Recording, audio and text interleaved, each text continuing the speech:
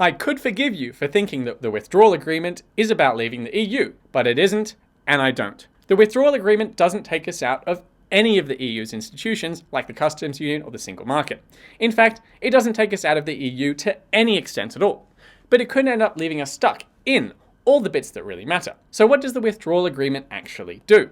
3 things. First of all, it's an agreement to come to an agreement within 2 years of negotiating. That's meaningless. An agreement to agree? Secondly, it establishes what will happen if we fail to come to an agreement within that time. Namely, we'll be half in and half out of the EU under the so-called backstop. And thirdly, it takes certain things off the negotiating table. Things like paying the EU £32 billion. The withdrawal agreement is basically an agreement on the terms of the negotiations to come. It sets the rules for the real negotiations, what they'll be about, and under what constraints.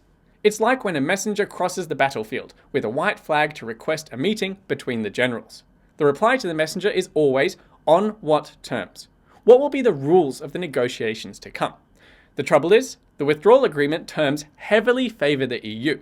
They make the future negotiating position of the UK so weak that when the actual negotiations begin, the UK side will have to take whatever the EU offers. How? By changing what happens if there is no agreement. Currently, without an agreement, a no-deal Brexit will occur. This would supposedly be bad for both sides, so both sides have an incentive to do a deal.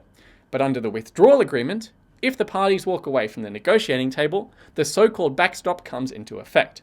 A scenario so bad for the UK that it even united Parliament against it 3 times.